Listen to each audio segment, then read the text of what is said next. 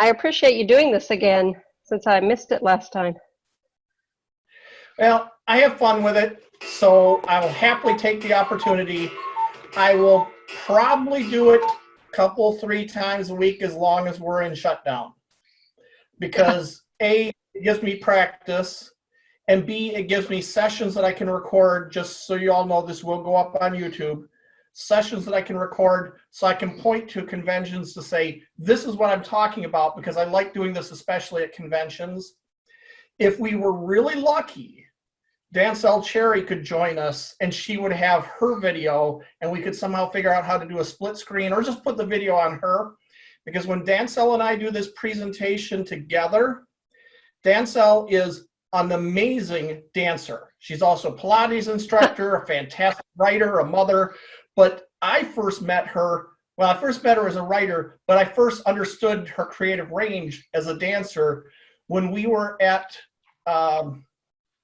ShyCon 7 at the WorldCon that year, and her friend Megan showed up with a book she just bought, and they did their trick where Megan opens to a random book and starts reading, and Dancel proceeds to do an interpretive dance to it. And I was polite because, you know, I'd heard jokes about interpretive dance in my college career and how it was the thing people did when they didn't want to write papers, blah, blah, blah. Dancel knocked my socks off. And so since then, Dancel and I have done this a couple of times where as I'm improvising a story live before your very eyes, she's improvising a dance to it. I bet that's fun. Make me just absolutely fall over laughing. The time she did the penguin dance was phenomenal. And it was perfect. It was right exactly what the story called for at that point. We needed a penguin dance. And damn if she didn't do a penguin dance right on the spot. So, all right. Well, I guess this is who we're going to get for now. If somebody comes in late, they're going to miss the opening.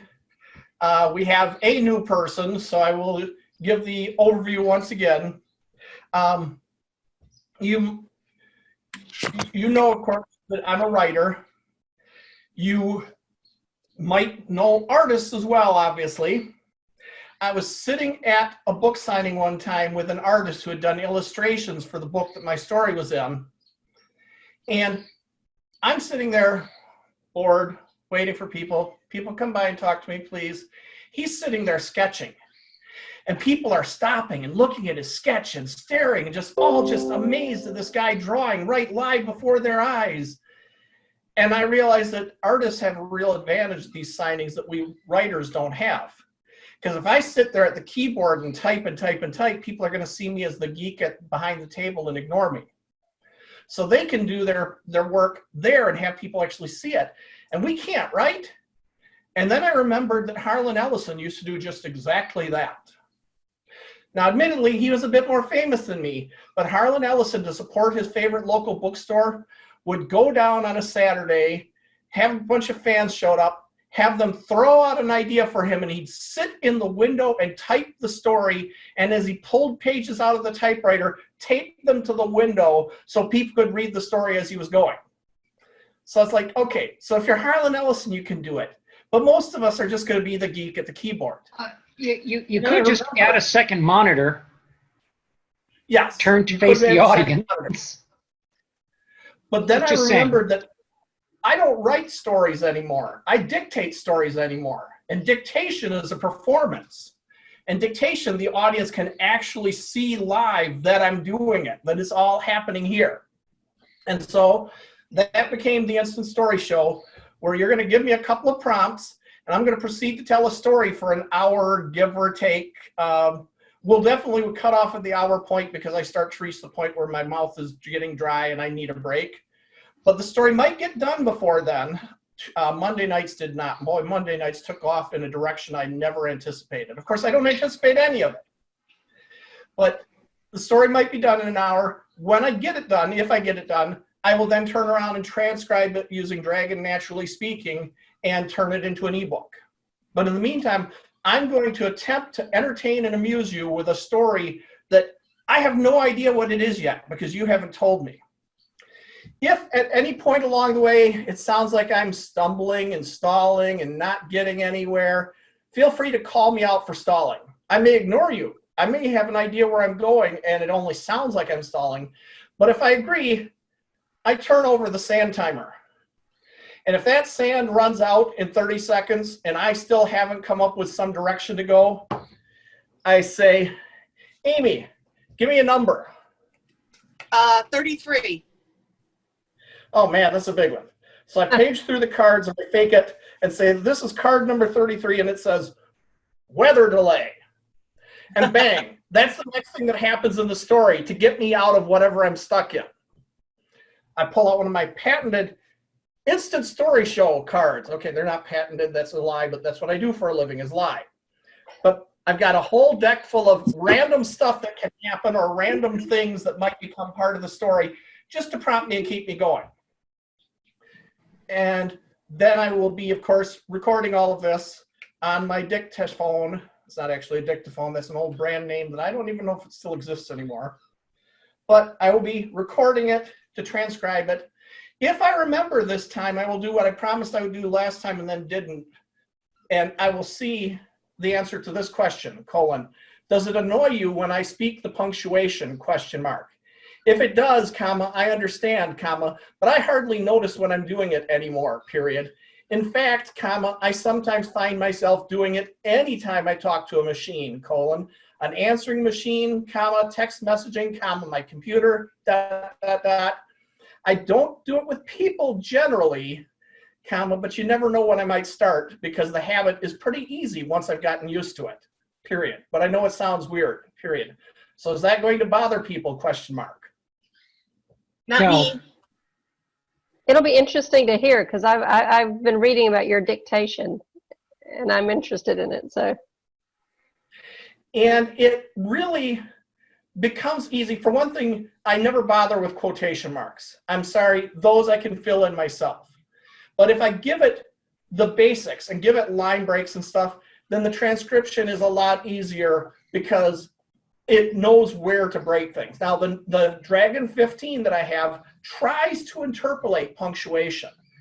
Its results are, yeah, you should see Monday night's transcription. It's a little ugly. The words are all good. It doesn't know where to break them, and sometimes not knowing where to break them affects its ability to interpret them. So if I remember, I would be speaking punctuation. Any other questions? Just in case kind of, you were wondering, I did a quick look. Yes, dictaphones are still made. You can buy them on Amazon. Cool. Another question. what are you using instead of a dictaphone? It is an Olympus. I never remember the model number. It's about a $40 Olympus. The microphone or the recorder quality I have found is not nearly as important as the microphone quality. The recorder was about 40 bucks.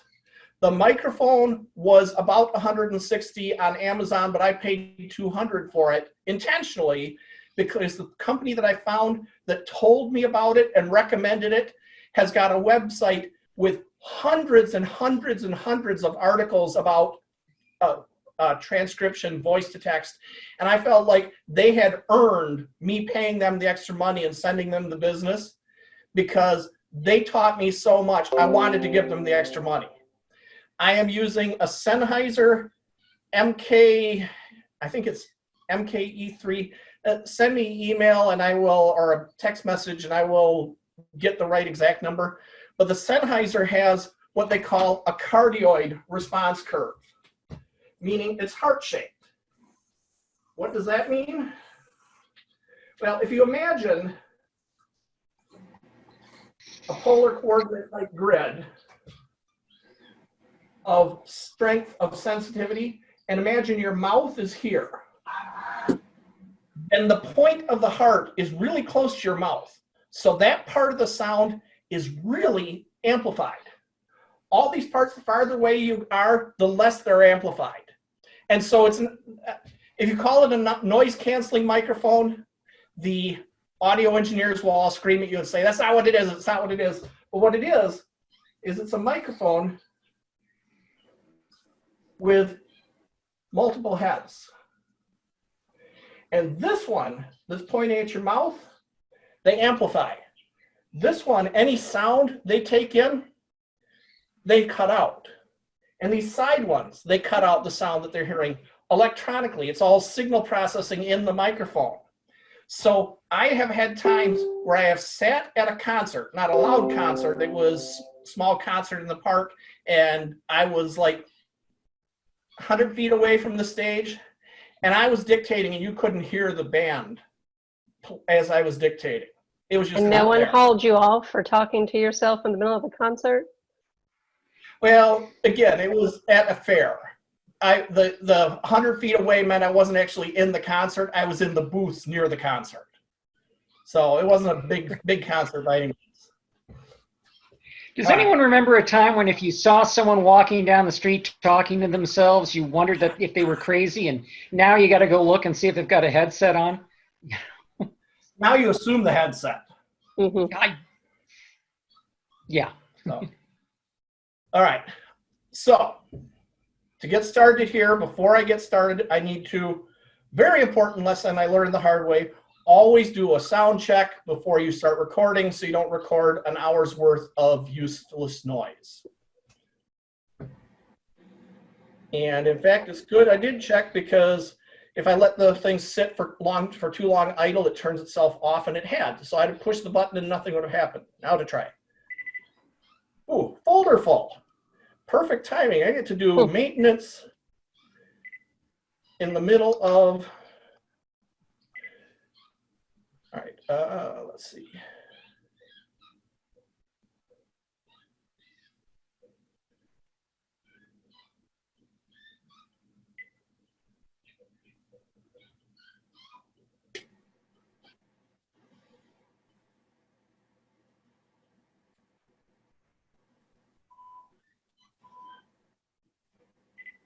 The folder will hold only, I think it's 200 recordings. It's actually not based on length, it's based on just a number of counts.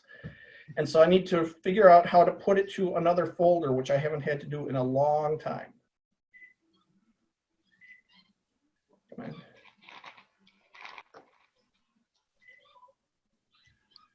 Menu.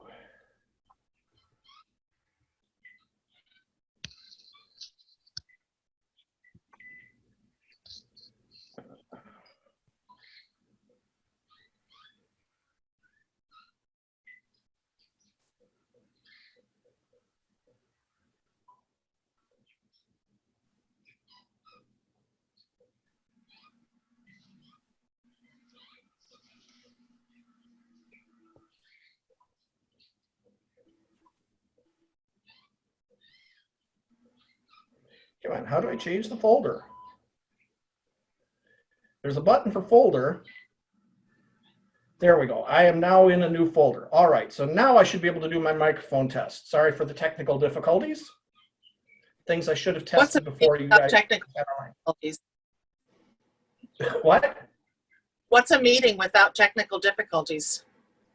You know. Microphone test, test, test, test, test, test, test, test, test. Play it back. Microphone test, test, test, test, test, test, test, test, test. All right. So we are set to go. I will start recording, and now I need some prompts for you, or from you, to get me started. First, I need to have a job or a responsibility or a duty or an obligation, something that someone has to accomplish. Amuse? Amuse? Yeah, to be amuse. Amuse. Okay. Not trying to make this easy. Oh, don't worry. It's always interesting to find the challenging ones. All right, now I need a setting where this is taking place. A scout ship of the Third Imperium. Scout ship of the Third Imperium.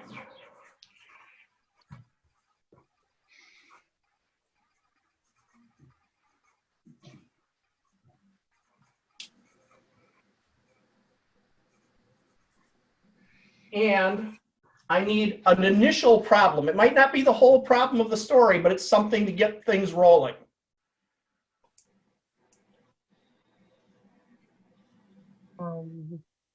It's your turn. Who? Oh, my turn. Yeah. Oh, okay. I had said treehouse, so I didn't know what we took. An initial problem. Where did you say? Because I missed the where we are. We're the Imperial what? Scout ship of the Scout ship. Third Imperial. Okay. The air cleaners have broken down. Air cleaners have broken down. Air filters or whatever. Have you ever played the game Traveler? Because Imperial scout ships are famous for their air filters breaking in the game Traveler. Oh. It's funny you should say that.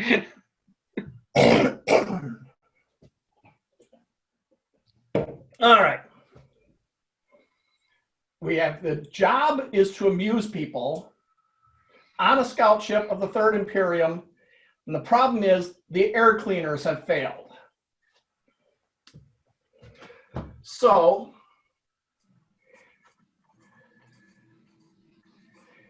Henry looked around his room, a gloomy visage upon his face, period.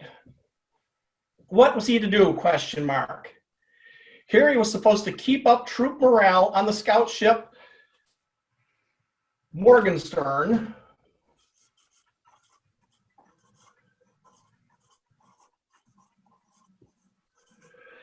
A difficult process on the best days, period. Captain Phillips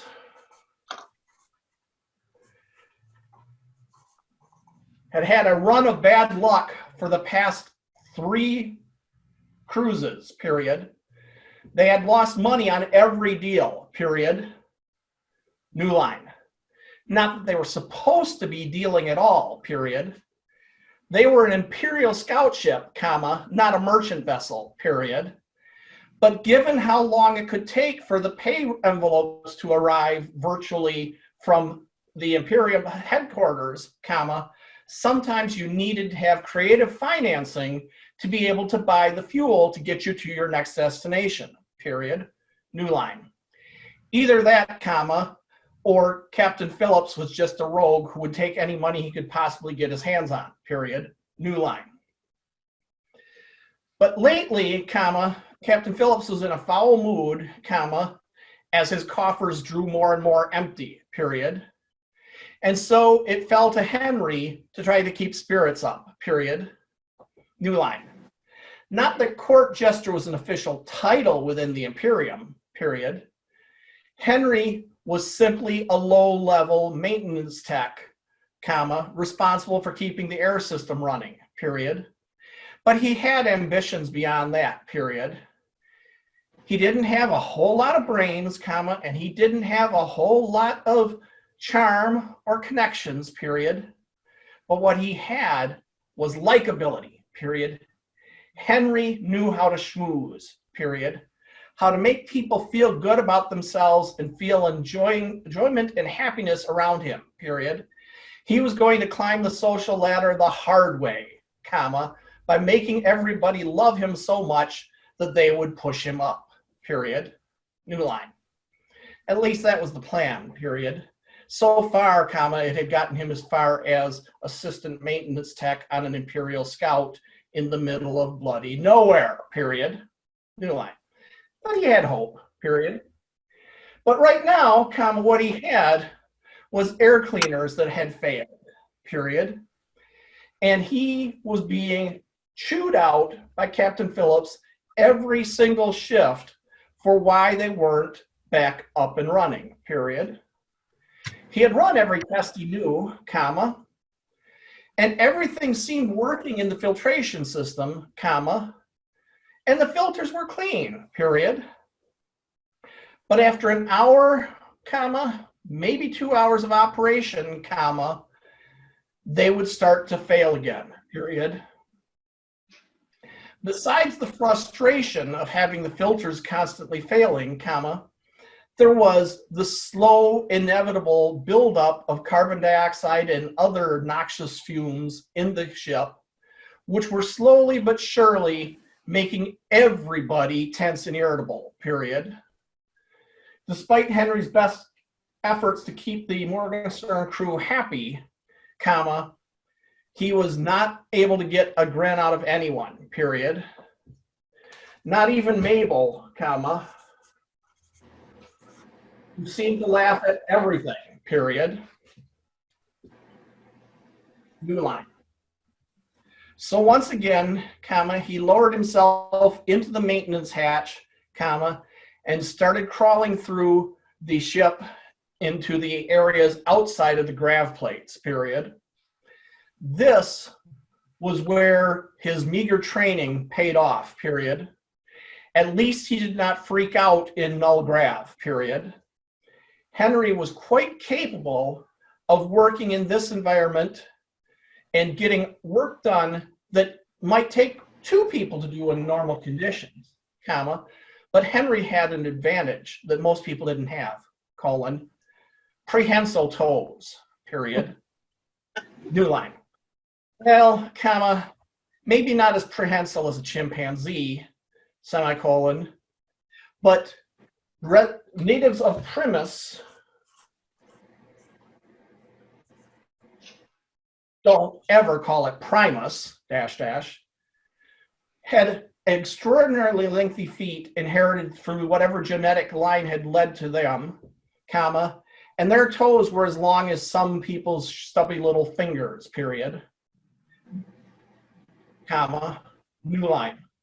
And so Henry took off his boots when he got to the filter system, comma, and was able to hold on with both feet, comma, while he worked with his hands, period, new line. As he worked, comma, he tried to think up new routines, comma, anything that might get a smile from Mabel, period. And if from her, comma, maybe the rest of the crew, period. Maybe dash dash Jerry Hope, question mark, dash dash Captain Phillips, question mark. If he could get a good word from Phillips, comma, maybe he could get a promotion to another ship with better responsibilities on his next assignment, period. New line. Henry looked over the equipment as he worked and found that the quantum filter was clogged again.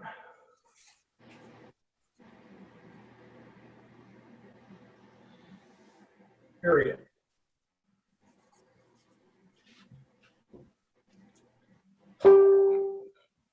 I apologize for the dings, period, and the chimes, period. So the quantum filter was clogged again, period. This made no sense, period, unless they were passing through some sort of particulate system, comma, some sort of micromass, comma, nothing should be interfering with the quantum filter, period. And the quantum filter was the base level for all of the filters in the system, period. New line. Henry had to admit, colon, he had no clue what any of this technobabble meant, period. He just followed the instructions in the manual, period.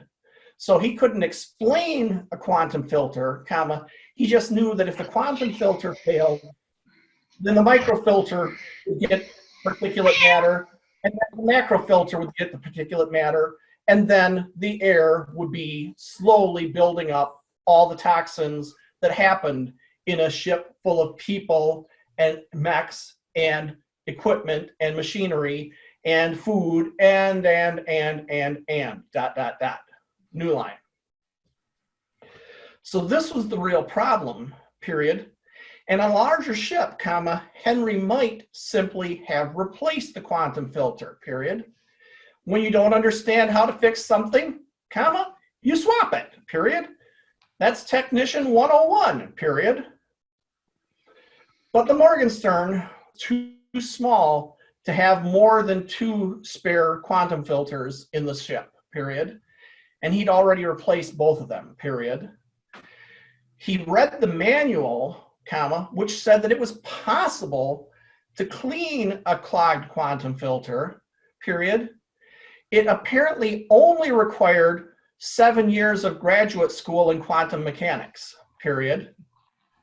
Or a properly trained mech for that, comma, but the Imperium didn't put those mechs on scout ships, period. So there was no way that Henry knew to clean this quantum filter, period. New line. But what could it hurt? Question mark.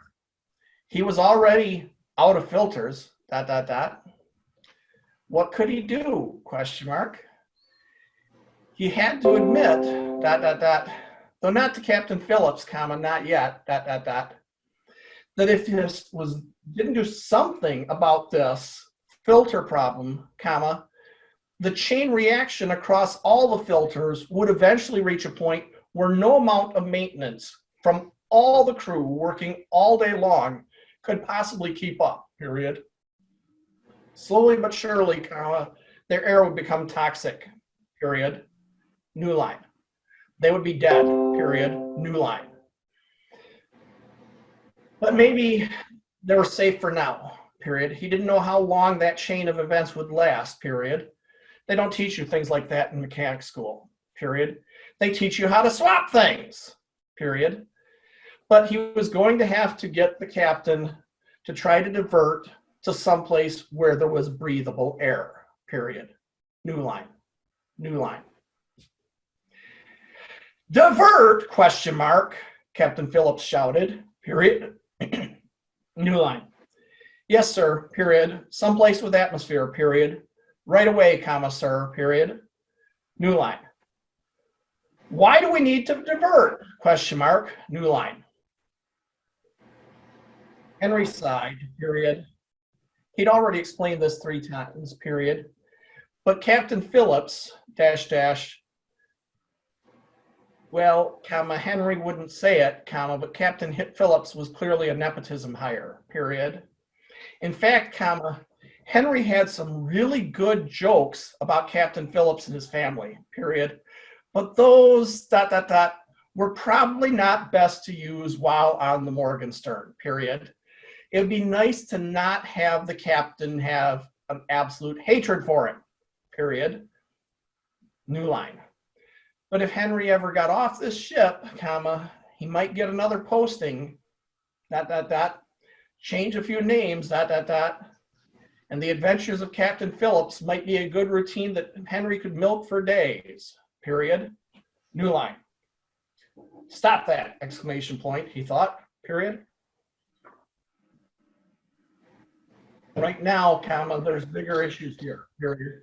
We have to get air, period. New line. So one more time, he explained to Captain Phillips, colon, the quantum filter failing, comma, the microfilters starting to clog up, comma, the macrofilters starting to show signs of accumulation, comma, and finally the overall filters, period. He showed charts and graphs, dash, dash. The computers did charts and graphs for him, comma. That made his life a lot easier, dash, dash.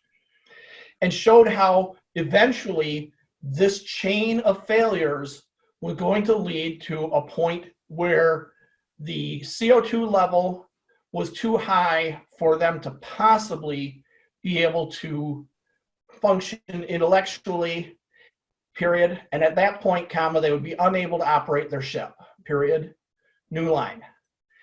And before that, comma, the hydrogen sulfide level will get to a point where no one could stand the smell of the place, period. Maybe not as lethal, dot, dot, dot, as long as no one lit a match, dot, dot, dot, new line. Finally, comma, Captain Phillips looked like his eyes had opened to what was wrong, period. So you're saying we're going to be running out of air in, from that chart, it looks like, dot, dot, dot, like, dot, dot, dot, new line.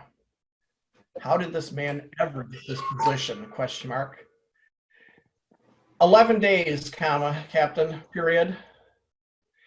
and it will reach a point of no return in 9, period. New line. 9 days. This is easy. I can't do this when I'm driving and dictating. When I'm driving and dictating, I have to keep it all in my head. I don't have a noteboard to write things down on.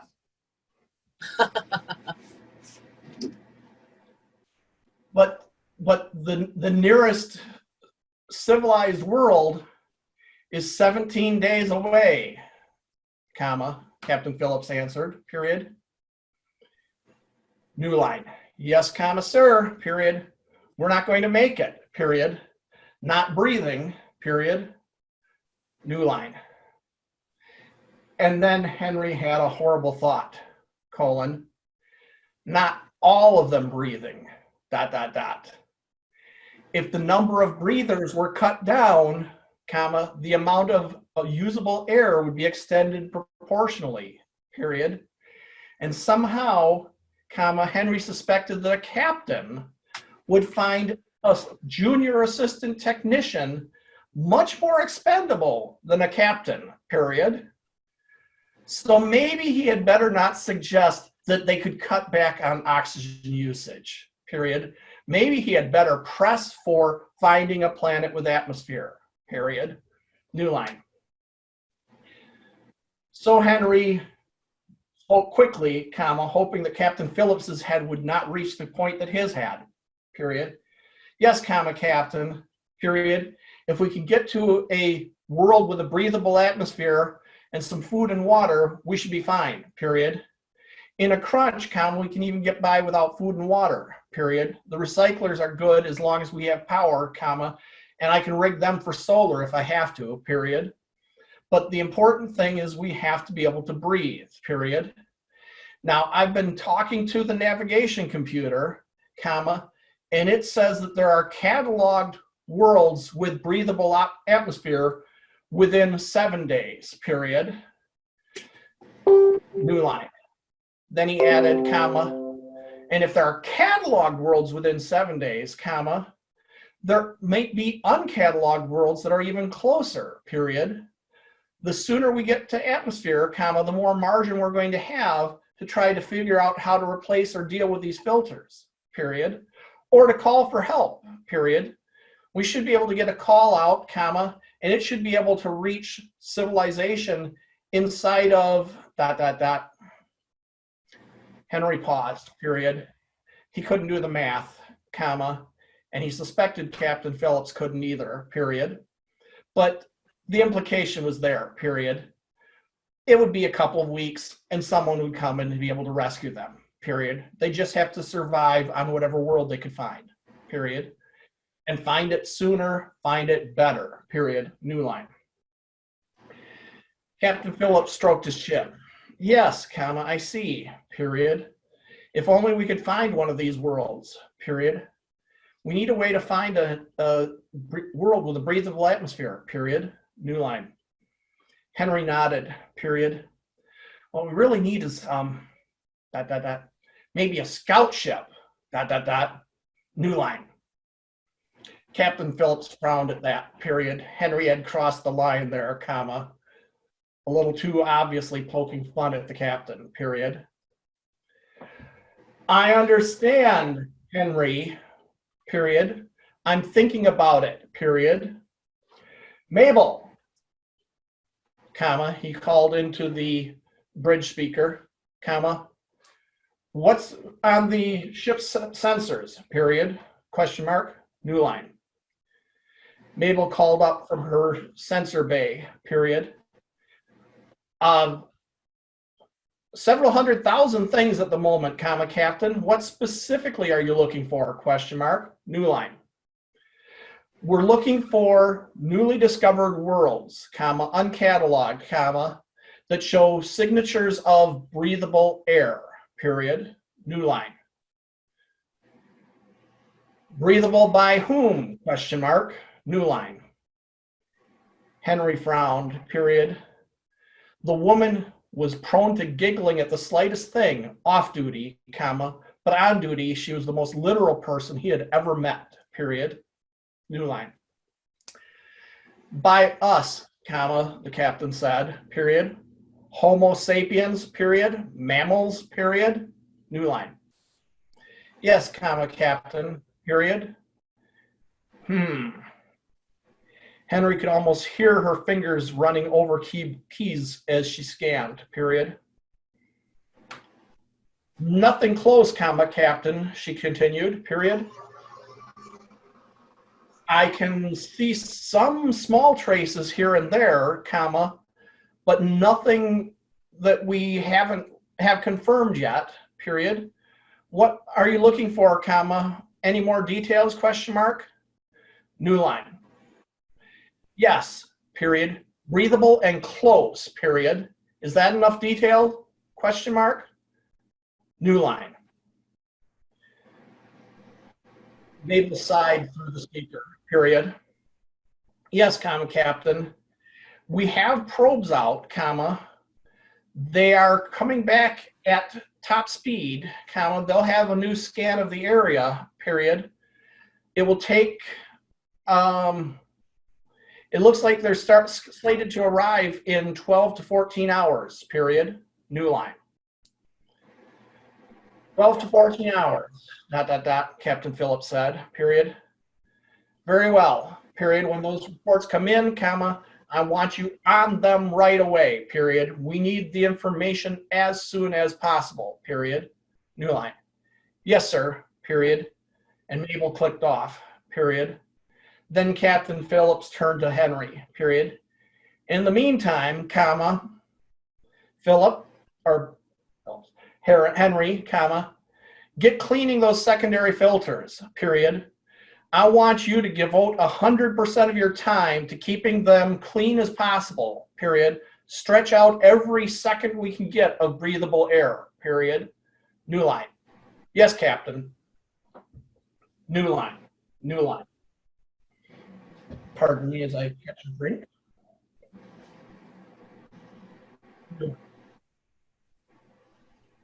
So Henry went back to the maintenance areas and started work on cleaning the additional filters, period. The quantum filters were at a loss, period. He could not see any explanation for what was going on with those, comma, and so he's going to have to assume that they were a complete failure now, period. So he needed to continue on to the next in the chain of filters, the microfilters, period. These he could understand to some degree, period. Henry wasn't a complete dolt, comma. He just didn't have the higher math for things like quantum filters, period. The microfilters were an electromechanical, well, he thought they were electromechanical, period. Maybe Henry was a little bit of a dolt, period. There seemed to be some chemical action going on, some electrical action going on, but there was definitely a mechanical layer as well because there were moving parts he had to replace, period. New line. Those were the first place he looked in this round of filter maintenance, comma, replacing the rollers and scrubbers and keeping the filters working that way, period. That seemed to work, and he saw an improvement in the air quality in the immediate vicinity, comma, so he moved on to the next section of the ship and repeated the process there, period. But oddly, comma, the quantum filter was not disrupted to the same degree here, period. This quantum filter was showing degradation, comma, but it was much cleaner than the one in the first area, period. That was good news first because it gave them more air for longer hours, period. Second, it gave him some sort of a clue, period. He wasn't sure what, comma, but something was different in this section of the, this section of the ship, period. If only he could figure out where it was, period. He had found that he could easily get lost in the maintenance access tubes of the ship, period. There was almost no way to correlate the maintenance areas to the areas that they lived and worked in on a regular basis, period. The last time he'd gotten lost, comma, he'd ended up coming out in Mabel's bedroom, period. That had been embarrassing, comma, because the computer had refused to let him out, comma, considering him a security risk, period.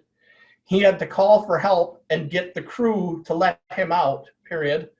The jokes about him and Mabel since then had been pretty annoying, comma, and only tailing off eventually after Mabel put a stop to it, period. Henry had pleaded all he could, comma, but she had simply given the look, period. And people had realized they didn't want to cross her, period. New line.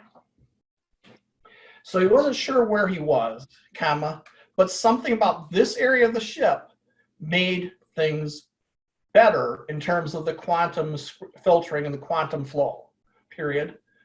So if he could just figure out this area, maybe he could figure out something that would protect the existing filters, period.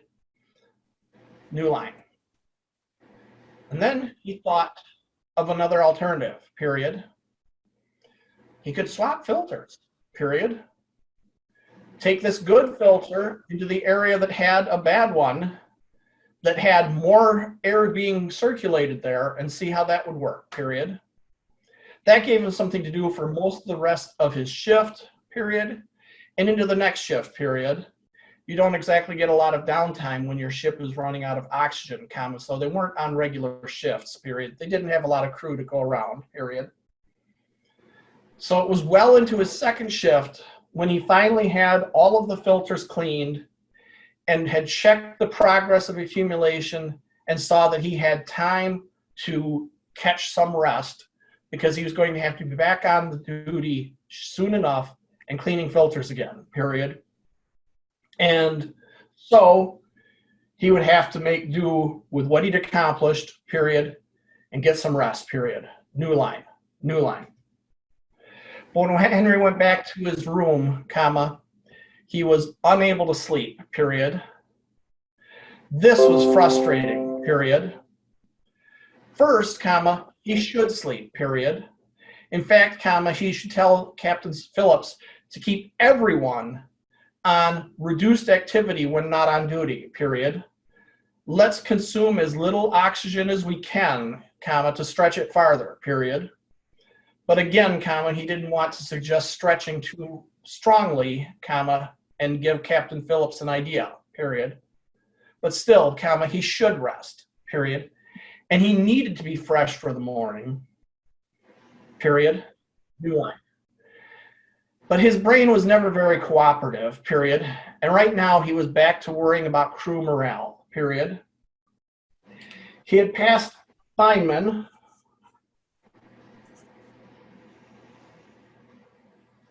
and Stone and Kent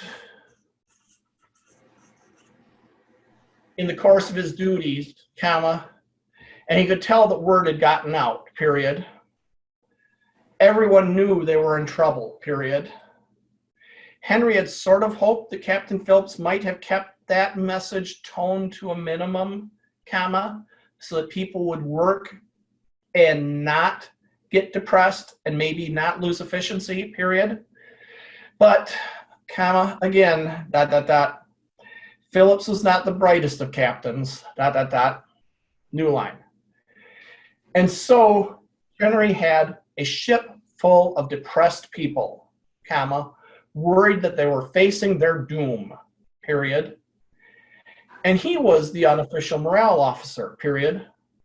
This was his job, period. New line.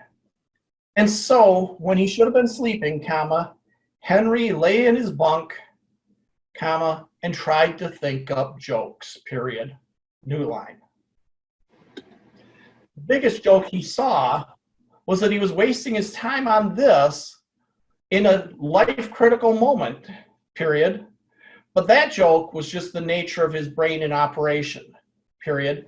The more he told himself to forget it, comma, the more he thought about it, period. Better not to fight it, period. New line. So first he considered dark humor, period. Oxygen jokes, period. Suffocation jokes, period. He'd studied lots of joke books, period. You'd be surprised, comma, there really are suffocation jokes, period. They're pretty tasteless, period. But turning blue jokes. Turning blue is not quite suffocation, period. Turning blue jokes, there are plenty of those, period. He had studied the classics, the old masters, the Bugs Bunny cartoons, where people cut off from air, turned blue, and slammed and bammed and new line. Is there a way he could spontaneously turn blue? Question mark. Some sort of dye from the food prep? Question mark. New line. A trick of lighting, maybe? Question mark. No, comma, practical effects jokes didn't work very well in the small confined quarters of the ship, period. You had to see it from the right angle, comma, or it just wouldn't work, period. Just a waste of his time, period. New line. All right. What other sorts of jokes might he use to lighten the stress in a situation where they were all going to die? New line. He could haul out his Captain Phillips routine, period. The worst that would happen is the captain would have him court-martialed, period. If they're all going to die anyway, comma, what does it matter if you're court-martialed and you're dead? Question mark. New line. And besides, comma, Phillips could court-martial him, comma, but somebody still had to clean the filters, period. So it wasn't like he was going to get keel-hauled, period. New line. Keel-hauled in space, period. Henry saw potential there, period. Keel-hauled in space, Well, you're not going to survive it without a suit, period. So you have to tell the joke, well, do you? Question mark. Do we want to go completely absurdist joke? Question mark. New line. New line. This is how much of Henry's night went before he finally fell asleep, period. New line. New line. He woke to the sound of an air horn honking, period. Air system failure in power deck, period. A voice sounded through the alert system, period. Air system failure in power deck, period. Power deck, power deck, power deck, period. Was that where he'd found the good filter? Question mark. New line. Maybe. New line. Henry headed to the power deck, comma, and what he found there was an absolute chaotic mess, period. Feynman and Stone and Kent were all trying to get to their consoles and work their levers and work their buttons and keep the ship's power plant running properly in the middle of an absolute haze of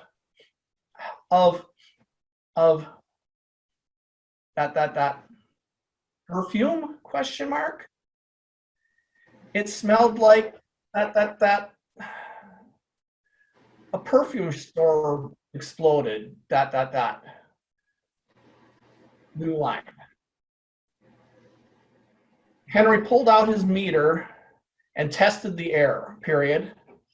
The good news was that it was rich in oxygen, period. Perhaps the richest that he'd found in the ship since the whole filter problem started, period. New line.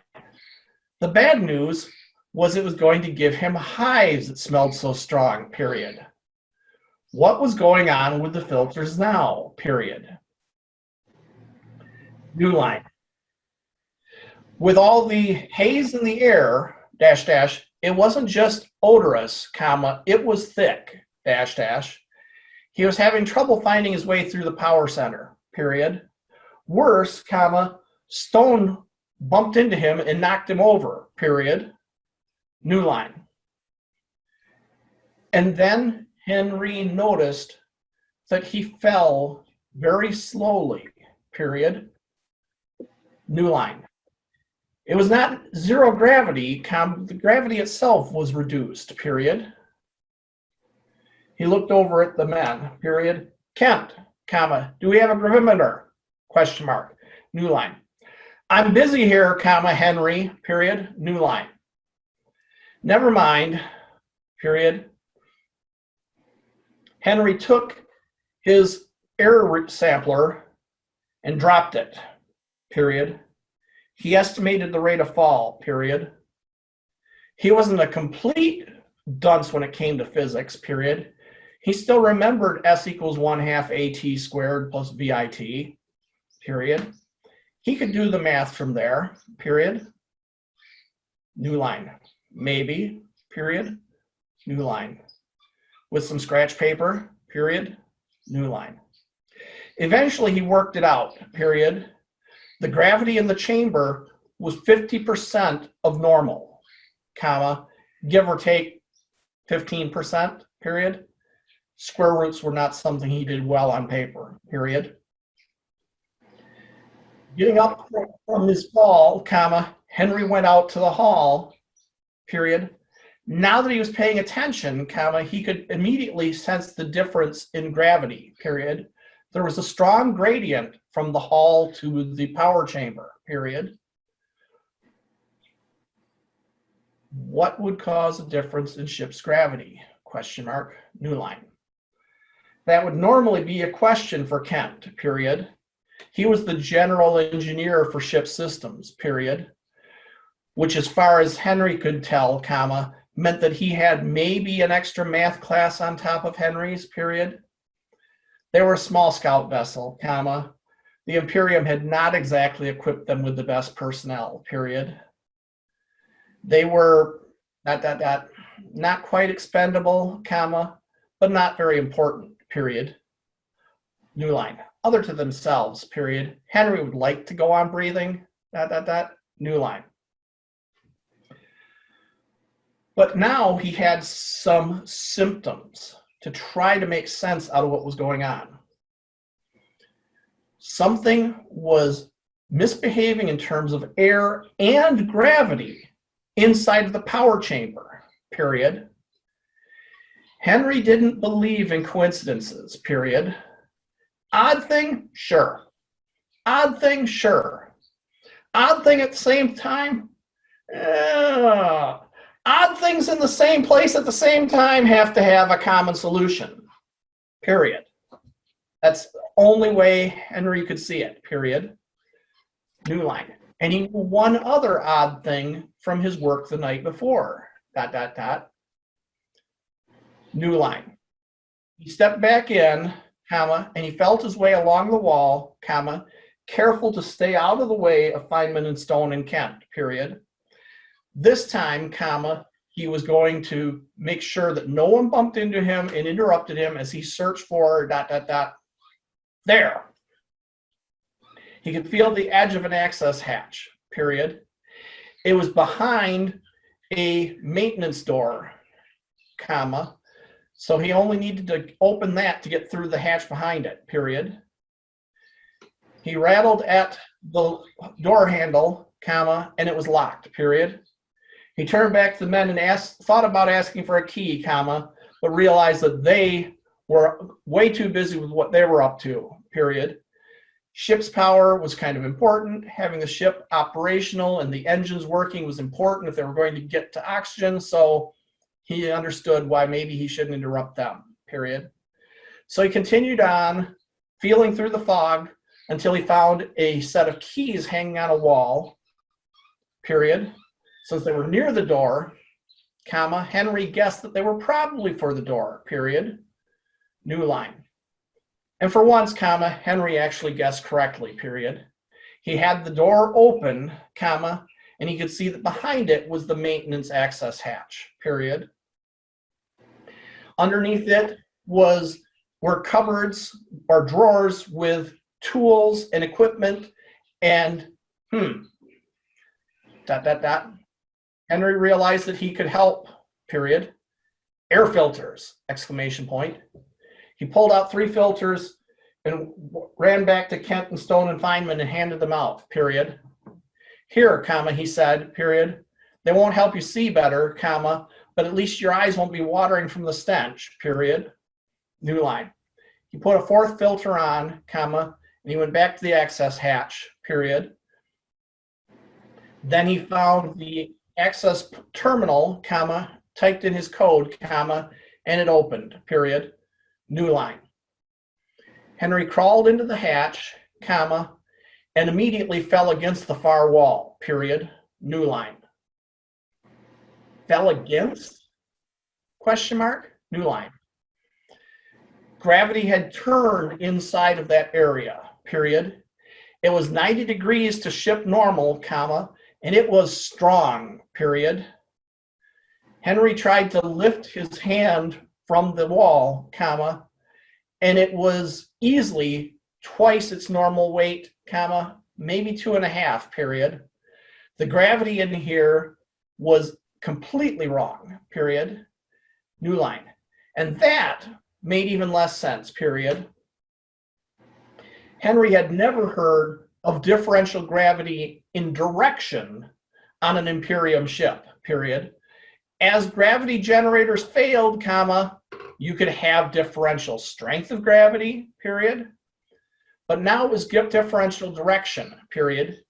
The only way he could imagine that was if someone actually turned the gravity generator plates, period. But who would have done that in here, question mark, and why, question mark. So he found himself crawling along the wall, comma, inching back and forth with his muscles as best he could with the excess weight, comma, heading towards what he would have thought of as down if he were standing in the power center, period. New line. After he had managed to crawl 500, 600, 700 centimeters, comma, suddenly he was weightless, comma, as he expected to be in a maintenance tunnel, period. New line. Weightless, comma, and face to face with the filter he had replaced the night before, period. New line. And it was glowing, period. New line. That couldn't be good, comma, could it, question mark? New line.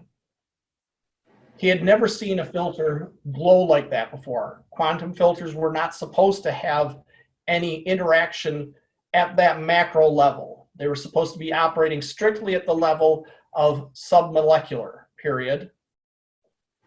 But this one, ... new line. And the stench in here, ...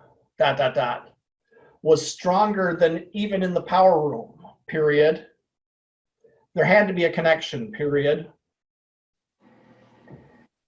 Henry found the control panel for the filters, comma, and hit the off switch, period.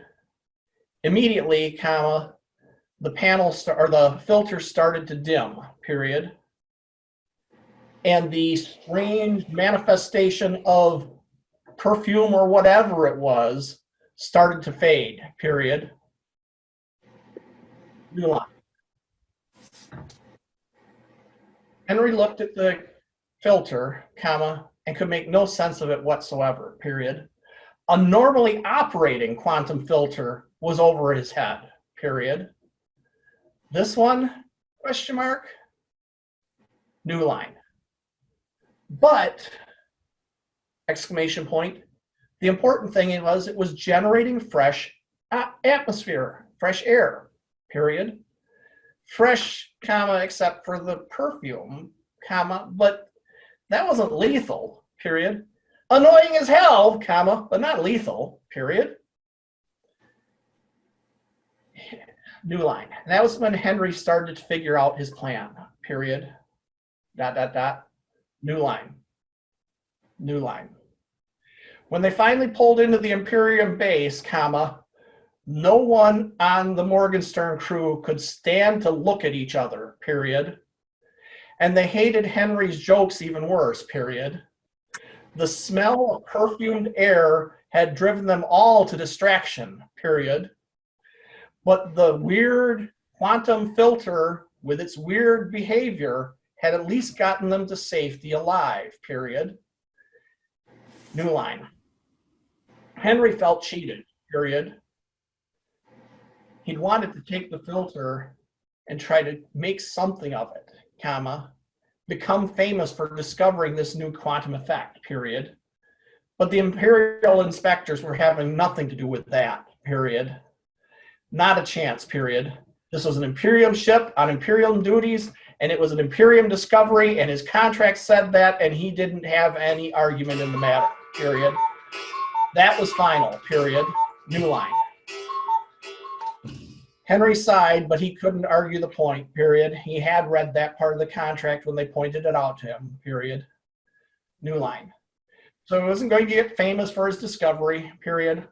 Wasn't going to get rich, period. New line.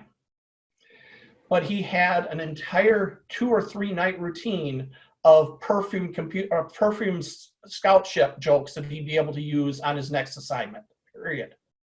New line. The end. All right, maybe not my best work. It kind of wandered a little there. That wasn't bad. I enjoyed it. I felt like it could have been more coherent. Like I was off on a path to having them land on a planet and have to survive there.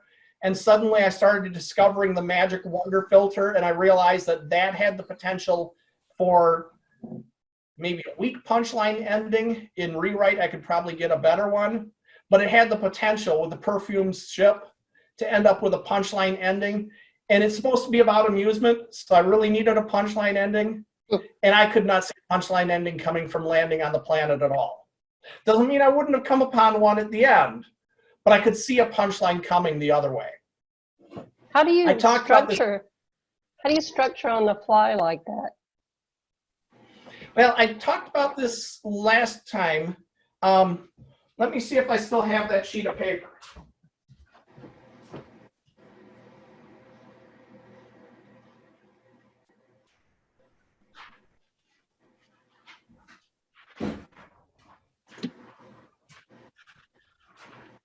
Part of it is that I am an incurable pantser.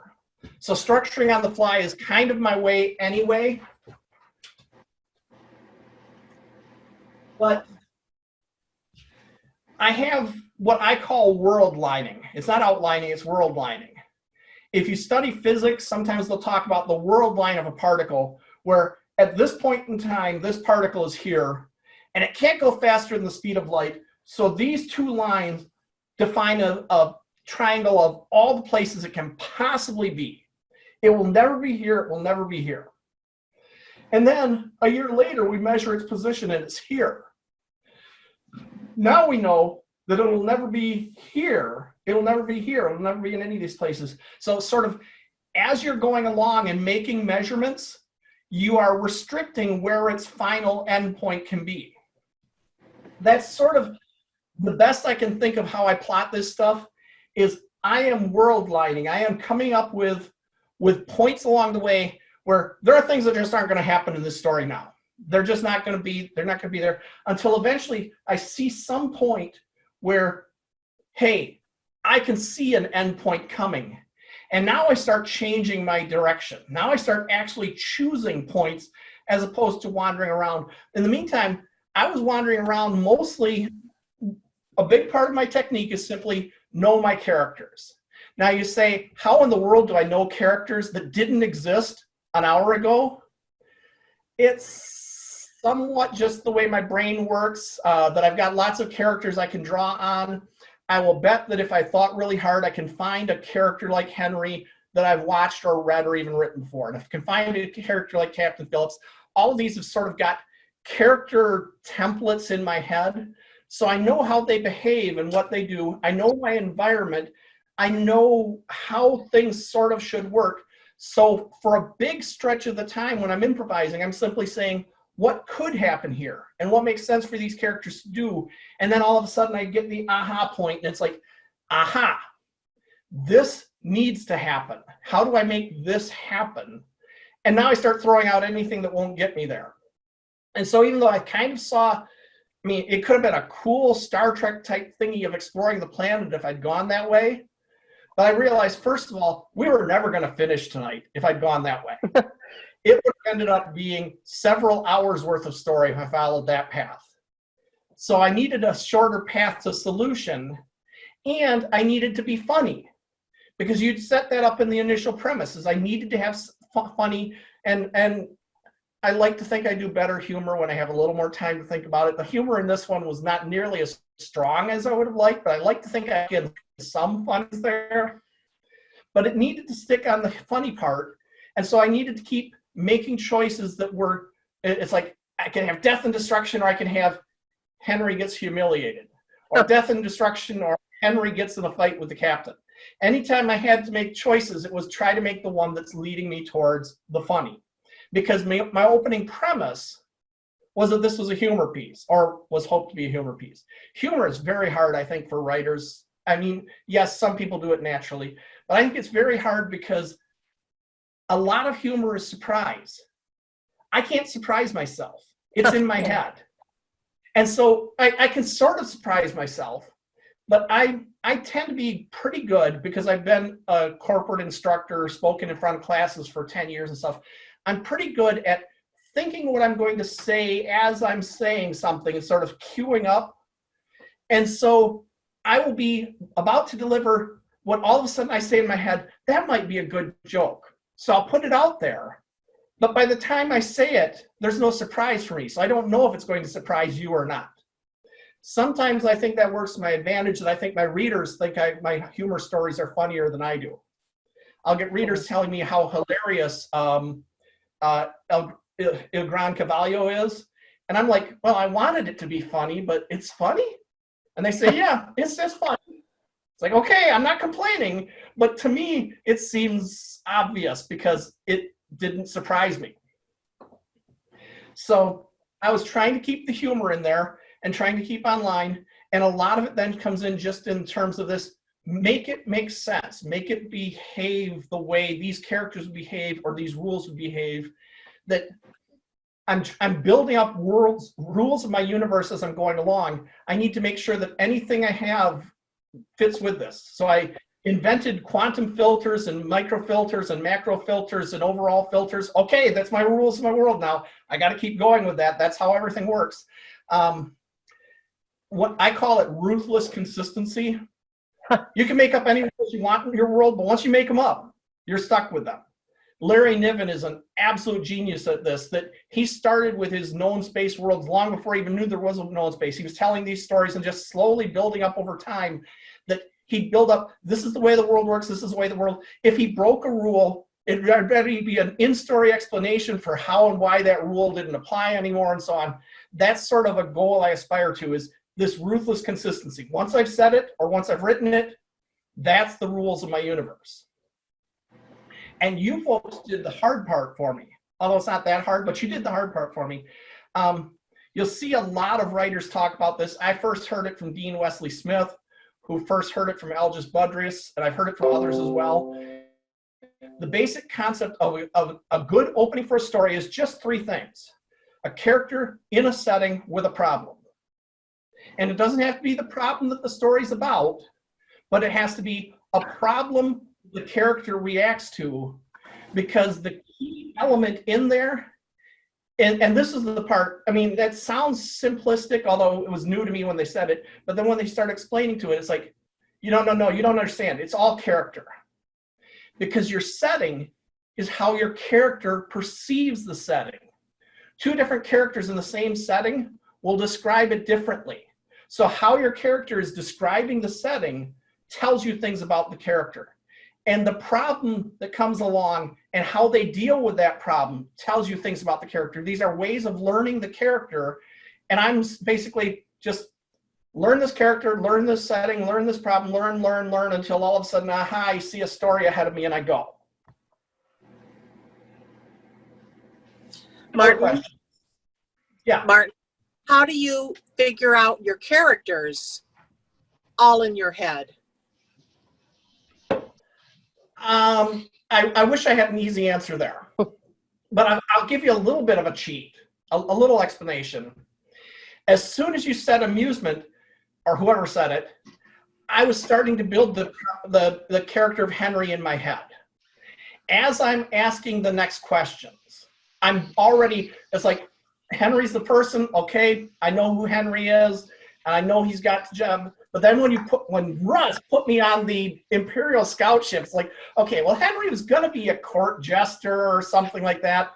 Russ puts me in a situation where your average Imperial Scout ship doesn't have a court jester, so Henry needs to have another responsibility. And then when Julia gives me, and the air system is breaking down, it's like, okay, now Henry, it's got to be Henry's problem. It can't be a problem around him, because passive protagonists piss me off. Whatever the problem is, my protagonist has to be in the middle of it. So, okay, that told me things about Henry right there. That he's funny, or at least he thinks he is. That he's on a scout ship. Not a big ship, a scout ship. And Russ went on to elaborate about Traveler and the air filters. If you played Traveler, the scout ships are not the elite of the fleet. So people serving on the scout ships, they're maybe not as bad as Henry and Phillips and the rest of this crowd, but they are not the elite of the fleet. These are low-level grunts who aren't necessarily the best people out there, which is fun to play as a character because you want to be as good as you can, but you want to be challenged and stuff. But I knew that about Henry, and I knew that, okay, he's involved in the air filter processing, and I just started building him up. I wish I could back this up with actual citations in neuroscience, but I can tell you that a concept I've read one time is most humans, if you're not dealing with sociopaths, most humans have inside of them empathy. The ability to basically see the world as other people see it. Some can see it really well, some can see it weakly. But aside from sociopaths, most of us have some ability to see how other people see things. Did you hear that, Rob?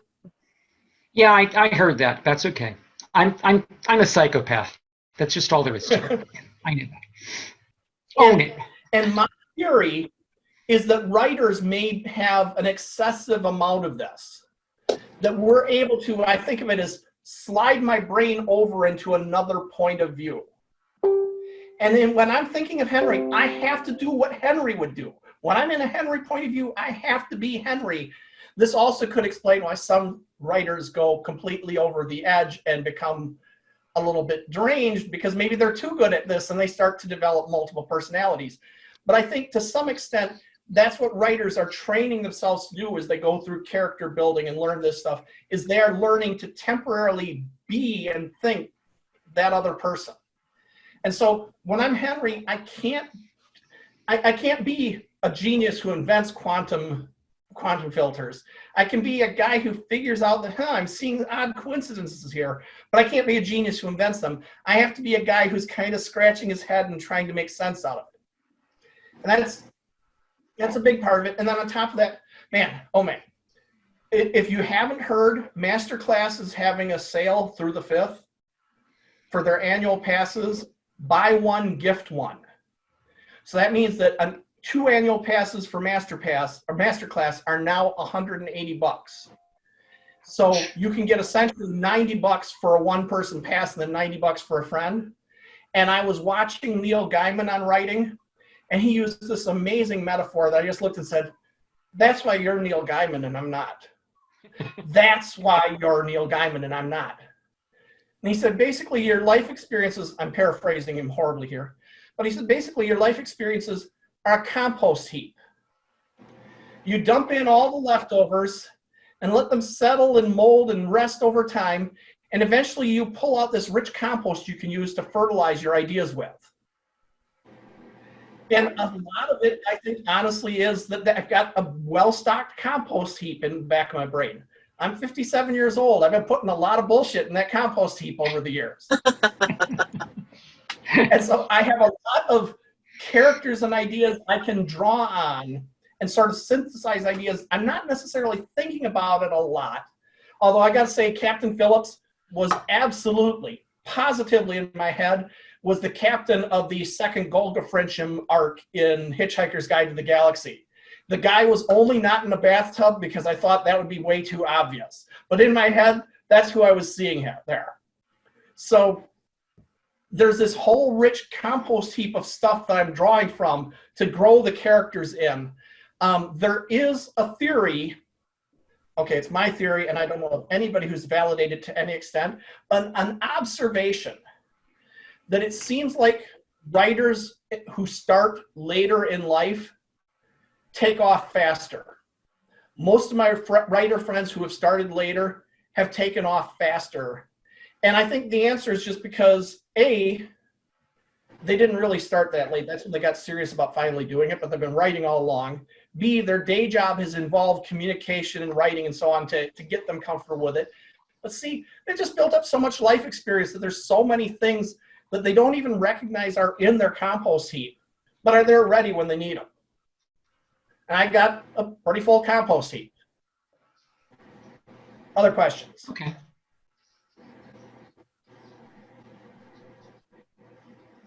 All right. In that case, if there's no more questions, who have we got here? Did we lose somebody? I think Yeah, we lost did. Julie. Yeah, I think is her name. She had to give the minion Yeah. the computer. Ah, okay. So we actually had 6 people. If Russ, you could do the honors of number 1 to 6. Computer, pick a number between 1 and 6. Your random number between 1 and 6 is 6. There you go. 6. That would be Julie off the chart. So Julie gets the free book this week, or this night, because it's the same week. So I'll get Julie a free book, anything from my catalog. I'm really happy you all joined me because, as I said before, I am a ham. I love having the audience. It always makes it easier to do this because I've actually got some interaction, some idea of, okay, they're not yawning. I must be doing still something well. Okay, so I appreciate that. I will probably do this the same thing next week, Monday and Thursday. I don't know if I'm going to do it Sunday. I kind of have an idea of doing for Sunday. I've got a set of talks I've been wanting to do, and maybe we'll do it FireCon this year, on the shape of stories, talking about visualizing the structure of stories and so on. And I've been wanting to do that for a long time. I might do one of those on Sunday, and I don't know if I'll do it live or just record it and post it, but I will, if I'm going to do it live, I'll make sure that it's out on Facebook so people know. Other questions? All right, then thank you very much, and everyone stay safe and healthy out there. You too. Thank you. Thanks. Bye-bye. Bye. Take care. Bye-bye. Thank you.